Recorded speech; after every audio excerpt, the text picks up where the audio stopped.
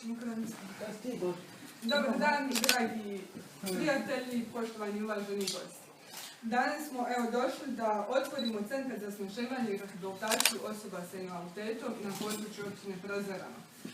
Pozdravljam predstavnike općine Prozorama, predstavnike kabineta potpredsjednika Federacije Bosne i Hercegovine, Svetozara Pudarića, predstavnika Saveza Sumeja. Također predstavnike Crvenog križa, Centra za socijalni rad, općine Prozorama, naše korisnike, njihove roditelje, kao i novinari koji prate sve naše aktivnosti. Zahvaljujem se našim donatorima koji su omogućili da mi u našoj jednoj maloj sredini imamo jedan centar. Nadamo se da ćemo jednog dana prerasti jedan veliki centar sa puno više korisnika. O centru i o svemu o projektu kazat će više kolegica Selma Grcić koja je koordinator projekta. Ja isto tako želim da pozdravimo vas sviju i da vam se zahvalim što ste došli. Što se tiče centra, uspostava je u okviru i sa imenom projekta osnaživanje i rehabilitacija osoba s invaliditetom u Bosni i Hercegovini. Projekt financijski podržava Američka agencija za međunarodni razvoj USAID uz pomoć američkog naroda, a projekt implementira Savez organizacija za podršku osobama s intelektualnim teškoćama Savez Sumero. Savez Sumero je u okviru ovog dvogodišnjeg projekta odabrao 3 lokalne organizacije osoba s invaliditetom da im budu partneri u implementaciji projekta. Mi s ponosom možemo da kažemo da smo mi upravo jedna od te 3 lokalne partnerske organizacije. Sveobuhvatni cilj projekta jeste poboljšanje usluga socijalne zaštite za osobe s invaliditetom i poboljšanje kvaliteta njihovog života. Centar će kontinuirano nuditi usluge osnaživanja, rehabilitacije i edukacije. U okviru 4 mjeseca, koliko projekt već traje, za naše korisnike mi smo omogućili radionice kuhanja, zatim pospremanja kuće, što pripada segmentu osnaživanja osoba s invaliditetom, zatim fizioterapeutske tretmane, vježbe pamćenja i koncentracije kao kreativne radionice, što sve jeste kognitivna rehabilitacija, zatim edukacija u pravima osoba s invaliditetom, te brojna druženja kako za naše korisnike, tako i za njihove roditelje. U daljnjem radu planiramo nastaviti pružati ove usluge, također raditi na smanjenju predrasuda društva prema osobama s invaliditetom i uključiti što veći broj korisnika udruge u aktivnosti samog centra.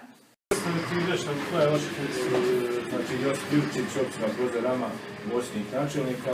Ja imam zadovoljstvo pozdraviti sve nazočne i čestitati na ovoj današnjoj maloj svečanosti, posebno u ime općine Prozorama i općinskog načelnika dr. Joze Ivančevića, koji nije mogao biti danas na ovoj svečanosti zbog svojih drugih obveza.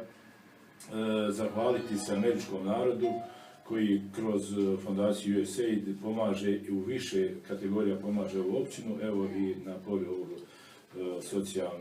socijalno pomaganje djeci s posebnim potrebama. Također zahvaliti i udruzi Sumerov koja je odabrala našu općinu kao jednu od općina u kojoj će implementirati svoje projekte. Djeca Nade su vrlo važna udruga za općinu Prozorama i stoga je ona kao takvu prepoznaje i kontinuirano pomaže.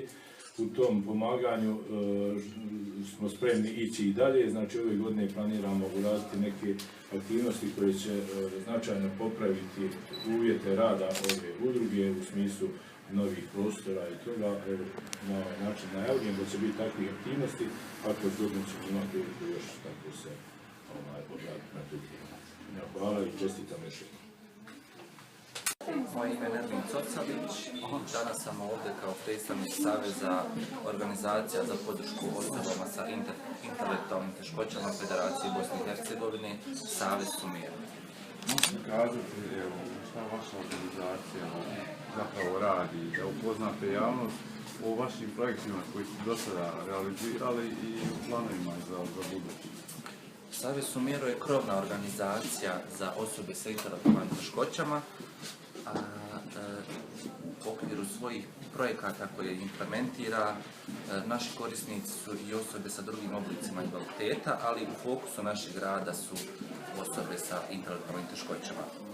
Savez Sumero broji preko 30 članica širom Bosne i Hercegovine u oba entiteta i u svim kantonima u okviru Federacije Bosne i Hercegovine i implementiramo razne projekte, najčešće sa partnerskim organizacijama gdje je uključeno više organizacija sa područja cijele Bosne i Hercegovine i gdje se te aktivnosti provode zaista širom Bosne i Hercegovine i te aktivnosti nisu dakle centralizirane, nego radimo na humanizaciji i modernizaciji usluga socijalne zaštite za osobe sa intelektualnim teškoćama širom Bosne i Hercegovine.